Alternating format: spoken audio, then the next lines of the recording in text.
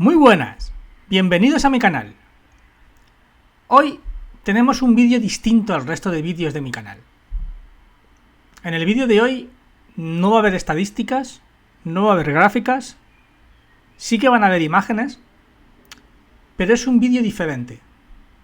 Es un vídeo en lo que yo quiero que tú te relajes, me escuches y escuches una historia. Nada más, solo escuchar una historia. Voy a hablarte de lo que pasa en la guerra de Ucrania.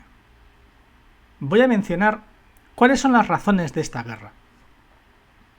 Quiero que con este vídeo entiendas un poco mejor qué es lo que ocurre allí y por qué se están matando.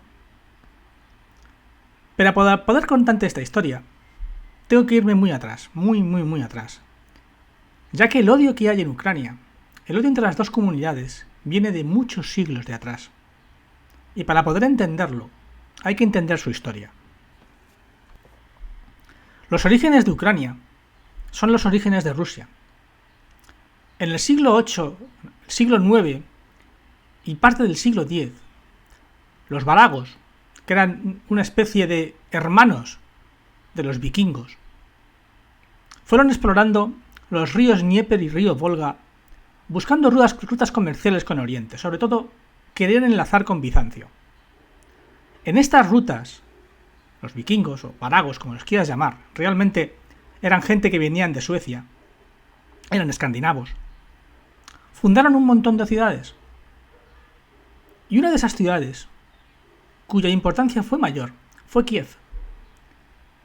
Fundaron el Rus de Kiev. A esta gente, a estos varagos, los eslavos, los pueblos eslavos que iban encontrando, los llamaban Rus. Y este es el origen de Rusia. El origen de Rusia hay que buscarlos en estos pueblos, en estas ciudades fundadas por ellos. El origen de Rusia también es el origen de Kiev, es el origen de Ucrania. Aquí en este mapa podéis ver el poder al que llegó el Rus de Kiev. El Rus de Kiev en un determinado momento de la historia llegó a englobar prácticamente todas las ciudades de Rusia, del núcleo de Rusia. Llegó a tener a Novgorod, llegó a tener a Moscovia. Es por esto, por esta historia común, que para los rusos Ucrania es tan importante. Lo es porque está en el origen de sus raíces. Lo es porque está en su propia fundación como nación. Por eso, para ellos Ucrania no es un país más. Pero ¿qué pasó después? ¿Por qué se crea Ucrania? ¿Por qué Ucrania es un país distinto a Rusia cuando originalmente pertenecía a Rusia e incluso llegó a tener prácticamente bajo su control toda Rusia? Lo que ocurrió fue que en el siglo XIII apareció un gran conquistador, Gengis Khan. Muchos sabréis de él. Los mongoles se hicieron con el control de prácticamente toda Eurasia. Y entre ese sitio, entre esa cantidad de naciones que conquistaron, estaba Rusia. Estaban los Rus de esta parte del mundo. Estaba el Rus de Kiev. Los mongoles invadieron el territorio y lo devastaron. Conquistaron todas sus tierras e impusieron lo que se denominó la Horda de Oro. La Horda de Oro, que era un conato mongol, gobernó Rusia durante más de 200 años. Y también gobernó, por supuesto, la zona de Ucrania. Luego, con el tiempo, la Horda de Oro fue debilitándose, hasta que otro pueblo, otra nación, Lituania, fue conquistando parte de sus territorios. Moscovia también recobró su independencia y los principados rusos, poco a poco, fueron quitándose el control de la Horda de Oro. Pero uno de estos ducados, el Gran Ducado de Lituania, conquistó Ucrania. Conquistó Ucrania, sobre todo, para oponerse al otro gran poder, a Moscovia, que con el tiempo daría la fundación del Imperio ruso. En los siglos XVI y XVII, Ucrania formó parte de lo que se denominó la República de las Dos Naciones, o mejor dicho, Mancomunidad Polaco-Lituania. La Mancomunidad Polaco-Lituania era un país formado por dos grandes estados. Por un lado, por el Reino de Polonia, y por el otro, por el Gran Ducado de Lituania. De este gran amasijo de naciones, se fundó un Estado que no era un Estado hereditario, era un Estado electivo. Los nobles de este Estado, elegían periódicamente a su nuevo rey. Esta peculiaridad de Estado pronto empezó a debilitarse y en el siglo XVIII su situación era de prácticamente control por parte de Rusia. Para que podáis entender más todo esto, toda esta historia, toda esta guerra, fijaros bien en los mapas. Fijaros bien en el mapa, sobre todo de la derecha, y fijaros bien en el mapa de la izquierda. Si os dais cuenta, la Ucrania que pertenecía a la mancomunidad polaco-lituania, esa Ucrania es la Ucrania que actualmente no está bajo guerra, que actualmente no está bajo el control ruso. Es la Ucrania que nunca se rusificó, es la Ucrania que habla solo ucraniano, que tiene unas costumbres y una cultura diferentes a las rusas, y que está más occidentalizada. Si os miráis bien, el mapa de la guerra actual englobaría las regiones que no pertenecían a esta mancomunidad. Englobaría las regiones de la Ucrania rusa, de la Ucrania prorrusa. Estas son las dos grandes comunidades que realmente se están enfrentando en esta guerra. La Ucrania occidental, la Ucrania que perteneció a la mancomunidad polaco-lituana, y la Ucrania rusa, la Ucrania que no perteneció nunca a este sitio, y que mayoritariamente hablan ruso. Bien, ¿por qué Ucrania acabó perteneciendo a Rusia? A mediados del siglo XVIII, Catalina II de Rusia, Catalina la Grande, decidió poner a uno de sus ex amantes al mando del gobierno de Polonia y Lituania. Este se llamó Estanislao II. Este títere de Rusia gobernó el reino de Polonia prácticamente como una marioneta de Catalina. Esto propició que los nobles ucranianos, polacos y lituanos se rebelasen, formasen lo que se denominó la Confederación del Bar y negaran el trono de Estanislao II. Estanislao II, asustado por la situación, pidió ayuda a Rusia. Esto es algo muy normal en todo el devenir de la historia, que mandatarios, asustados por algunas revueltas, acaben pidiendo ayuda a Rusia. Cuando Rusia intervino, los nobles de la Confederación del Bar pidieron ayuda a Ucrania, a Austria. Pero, para evitar la guerra entre Austria, Prusia y Rusia, decidieron las tres grandes naciones del momento, repartirse la Confederación de Polonia y Lituania. Esto fue lo que se denominó los repartos de Polonia. Rusia, Austria y Prusia se repartieron en tres sucesivos repartos todos los territorios de la mancomunidad, incluido Ucrania. Como podéis apreciar en el mapa, la parte ucraniana que había pertenecido a este país quedó englobado en Rusia. Durante bastante tiempo, la cosa más o menos se mantuvo tranquila. En aquella época, por ejemplo, como algo muy curioso, no existía el nombre de Ucrania. A la actual Ucrania, en aquella época, se la llamaba Retonia, que era algo así como una especie de pequeña Rusia. ¿Qué ocurrió después? Cuando se produce la Primera Guerra Mundial, el Imperio ruso se viene abajo. Es la Revolución del 17, es la Revolución de Octubre, es la creación de la Unión Soviética. En aquel momento, cuando el frente ruso se destroza, se viene abajo, los alemanes, que eran enemigos de los rusos, invadieron Ucrania y prácticamente controlaron todo el territorio de la actual Ucrania. En este territorio controlado por los alemanes, se proclamó la República Popular de Ucrania. Pero al mismo tiempo, en la zona controlada por la Unión Soviética, se proclamó la República Socialista de Ucrania. Durante varios años, en una guerra civil entre rusos blancos y rusos rojos, Ucrania tomó el partido por los rusos blancos. Pero poco después, Rusia derrotó a los rusos blancos y acabó firmando la paz con Polonia. En esta firma de la paz, Ucrania acabó siendo conquistada por la Rusia Roja y la República Socialista de Ucrania dominó todo el territorio. Poco tiempo después vino la Segunda Guerra Mundial. Cuando se produjo la Segunda Guerra Mundial, en 1941, Alemania volvió a invadir Rusia y acabó también invadiendo Ucrania. Al principio, el pueblo ucraniano recibió a los alemanes como libertadores. No obstante, ya les habían liberado apenas 20 años antes y les habían dado la independencia. Es por esto que los ucranianos recibieron con los brazos abiertos a los alemanes, aunque luego después se dieron cuenta que habían cometido un error y que los alemanes no eran aquellos alemanes de la Primera Guerra Mundial, sino que eran mucho peor de lo que eran antes. Pero algunos ucranianos formaron parte del ejército alemán. Algunos ucranianos, parecido a la División Azul Española, formaron una especie de División Azul Ucraniana. Formaron la 14 División de Granaderos de la Luftwaffe.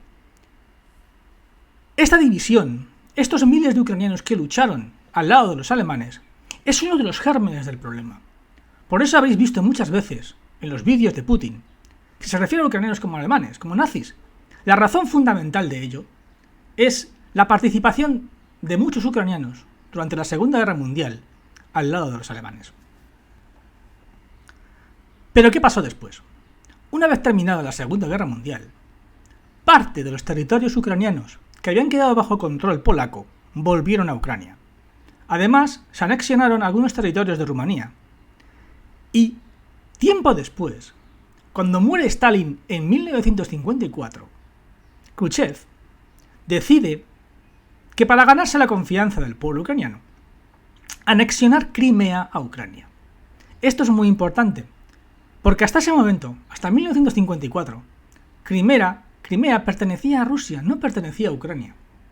Pero fue en esta decisión administrativa cuando Crimea pasó a control ucraniano.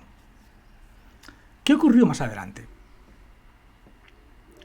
Cuando en 1991 la Unión Soviética se viene abajo, Ucrania se independiza de Rusia. Pero Ucrania había sido una de las repúblicas socialistas más importantes de la Unión Soviética, y gran parte del arsenal nuclear había quedado en Ucrania. Así que en 1994, Clinton y Boris Yeltsin presionan a Ucrania para que devuelva todo el armamento nuclear que poseía y se lo dé a Rusia. Ucrania comete el error histórico de ceder a las presiones y a cambio de ayuda económica devuelve todo su armamento nuclear a Rusia. De no haberlo hecho, de haberse quedado su armamento nuclear, dad por seguro que ahora mismo Ucrania nunca hubiera sido invadida. ¿Pero qué ocurrió después? En los siguientes años se produce una lucha de poder entre las dos grandes comunidades de Ucrania. Por un lado, la Ucrania que había pertenecido a Polonia, la Ucrania occidental, la Ucrania que no habla ruso, y que mira a Occidente y que quiere formar parte de la Unión Europea y de la OTAN. Y por otro lado, la Ucrania que no había pertenecido a Polonia, la Ucrania rusa, la Ucrania prorrusa que habla ruso y que lo que quiere es una vinculación más estrecha con Rusia. Lo podéis ver en estas elecciones, en este mapa de elecciones de 2004. En las elecciones de 2004 se produce lo que se llama la Revolución Naranja. En estas elecciones, donde se enfrentan el partidario prooccidental Yushchenko contra el partidario prorruso de la Liga de las Regiones, Yanukovych, se acaba imponiendo el partidario del bloque occidental, y Yanukovych acaba perdiendo las elecciones. Esto provoca malestar en la comunidad prorrusa, que inicia bastantes protestas. Bien, ¿qué ocurrió después? ¿Qué pasó después? El nuevo gobierno prooccidental de Yashchenko pidió ayuda a Occidente y le llegaron bastantes recursos. Ucrania mejoró bastante, pero con la crisis de 2008 la situación empeoró y el bloque de la Revolución Naranja se descompuso. Después, los partidarios prorrusos acabaron ganando en las elecciones de 2010. En esta ocasión, En las elecciones de 2010, la candidata occidental, Timoshenko, impugnó los resultados de las elecciones. Volvieron a haber protestas en toda Ucrania, sobre todo en la parte occidental. Y el nuevo presidente, Yanukovych, impuso su poder y se acercó aún más a las posiciones rusas. Como podéis ver en este mapa, la división exacta entre las dos Ucranias, entre la Ucrania polaca y la Ucrania prorrusa, perdonad si digo polaca, realmente es Ucrania occidental, ¿de acuerdo? Se puede ver perfecto en este mapa. Pero ¿qué pasó después? Tiempo después, en 2013, el presidente prorruso Yanukovych, firmó un acuerdo de cooperación con la Unión Europea. En este acuerdo se intentaba realizar acuerdos comerciales con la Unión Europea y un poco de apertura occidental por parte de Ucrania. Pero Rusia se enfadó bastante y acabó convenciendo al presidente de Ucrania para que rompiera su pacto y no firmara el acuerdo de cooperación con la Unión Europea. Esto provocó muchas revueltas y provocó lo que se llama el Euromaidán. El Euromaidán se produjo a finales de 2013. En ese momento, la Ucrania occidental, la Ucrania que quería la pertenencia a la Unión Europea, la Ucrania que quería estrechar lazos con Occidente, se echa a las calles, asalta palacios gubernamentales e invade la plaza de Maidán, en Kiev. El gobierno prorruso reacciona de forma bastante violenta y se producen decenas de muertos. Más tarde, en 2014, la situación se le escapa de las manos al presidente prorruso. Y en un momento dado, viendo la magnitud que estaba cogiendo el tema, decide huir de Ucrania. En ese momento, los partidarios prooccidentales de Ucrania se hacen con el control total del país. Pero, en las zonas prorrusas del este y del sur, se producen numerosas revueltas.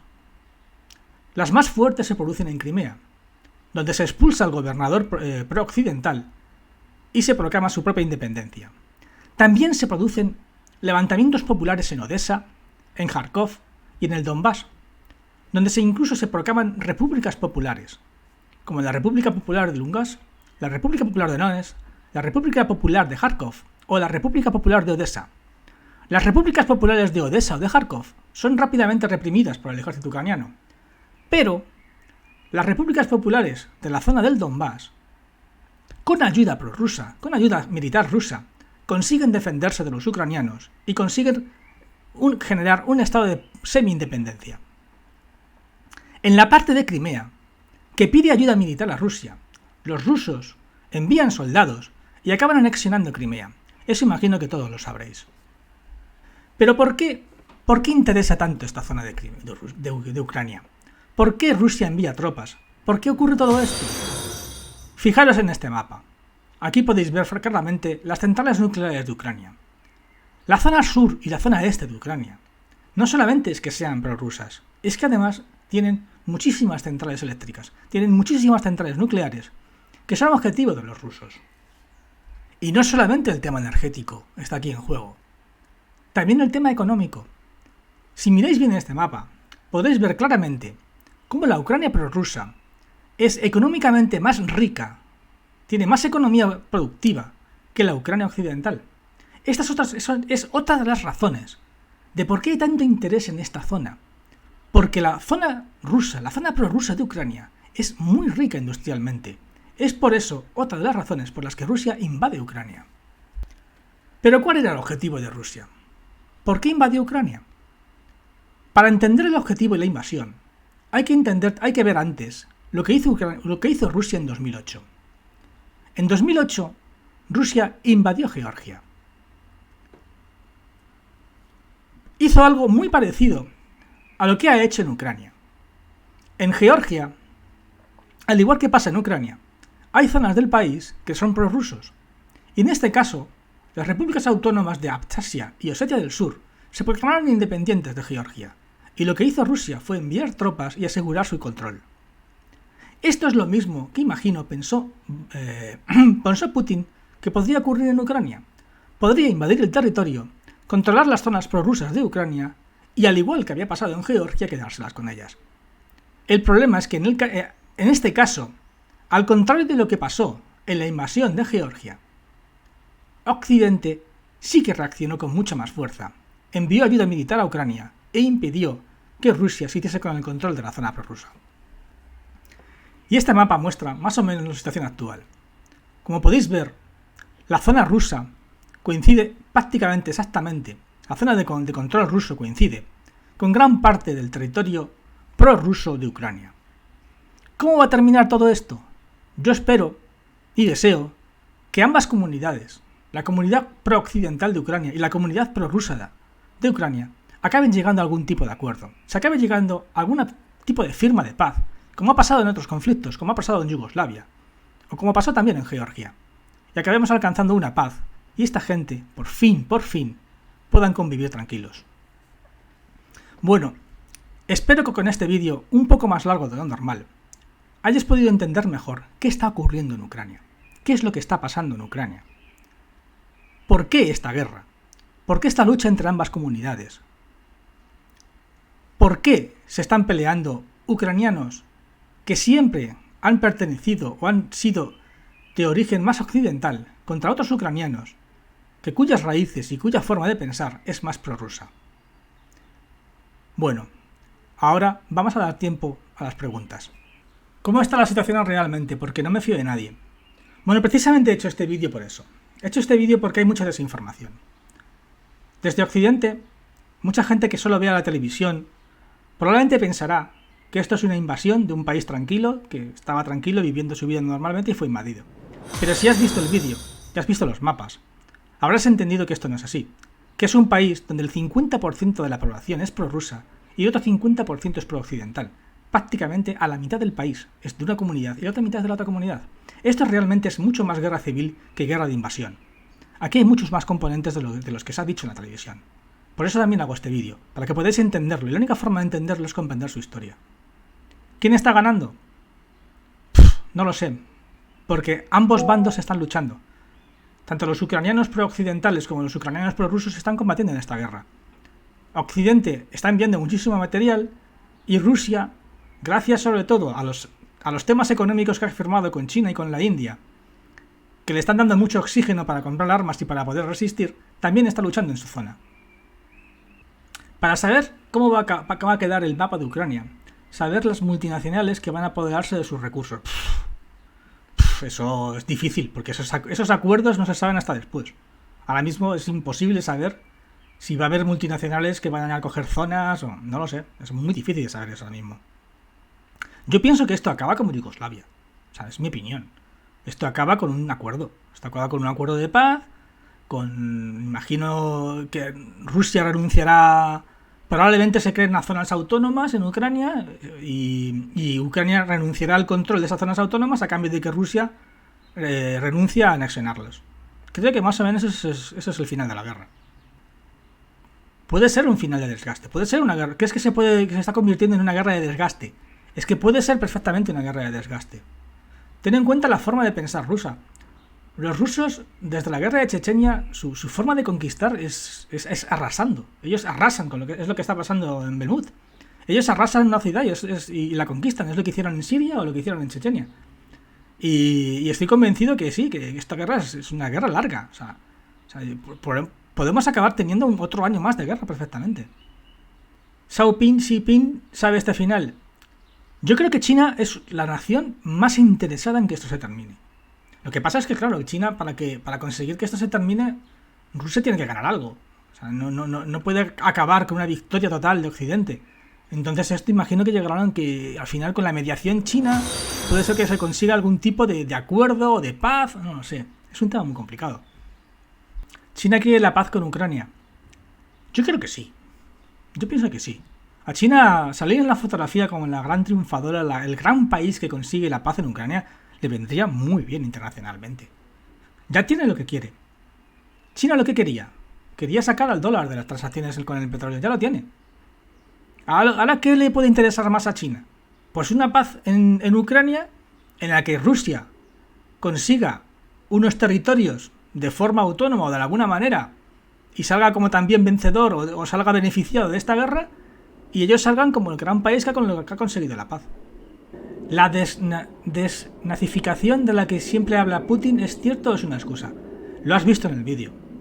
Cuando Putin habla de eso, se está refiriendo a un sentimiento muy antiguo que tienen los rusos comparte con los ucranianos. Los rusos históricamente siempre tienen ese resentimiento de saber que gran parte del pueblo ucraniano al principio, colaboró con los rusos, con los alemanes, y que incluso llegaron a luchar al lado de los alemanes. Es por eso que dice esto. No es que está buscando, claro que está buscando una excusa. Yo no tengo tengo clarísimo que Ucrania no es un estado nazi, ni mucho menos. Lo que pasa es que ellos lo dicen porque es un tema que en su país vende mucho, porque es un tema que históricamente lo tienen ahí apuntado, lo tienen ahí, saben que hubo una colaboración ucraniana con Alemania. Los polacos, ¿qué opinas? Históricamente Polonia tiene mucho que ver en Ucrania. Ya has visto el vídeo. La historia de Ucrania está muy unida a la historia de Polonia. Entonces, los polacos siempre han sido grandes enemigos de los rusos. Polonia, ten por seguro que quiere la derrota de Rusia. ¿Cómo crees que se acabará? Yo pienso que a la yugoslava.